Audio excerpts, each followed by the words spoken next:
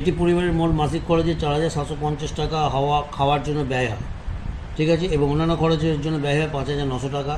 যদি খাওয়ার খরচ 10% বাড়ে আর অন্যান্য খরচ যদি 16% কমানো হয়, তাহলে মোট মাসিক খরচ কত হয়? তাহলে মোট মাসিক খরচ একটা বাড়ছে একটা কমছে, তাহলে মোট মাসিক খরচ খাওয়ার জন্য প্লাস অন্যান্য, খাওয়ারটা বাড়বে, তাহলে খাওয়ার খরচ কত দাঁড়াচ্ছে? নতুন খরচ দাঁড়াচ্ছে আগের পুরনো খরচ ইন্টু 1 প্লাস R1/100, যেটা বেড়েছে অর্থাৎ 10/100। পুরনো খরচ আছে 4,750 আর অন্যান্য খরচ কমেছে, তাহলে অন্যান্য খরচের পুরনো খরচ কত? P2 মানে কত? 5,900 টাকা আর 1 মাইনাস 16/100।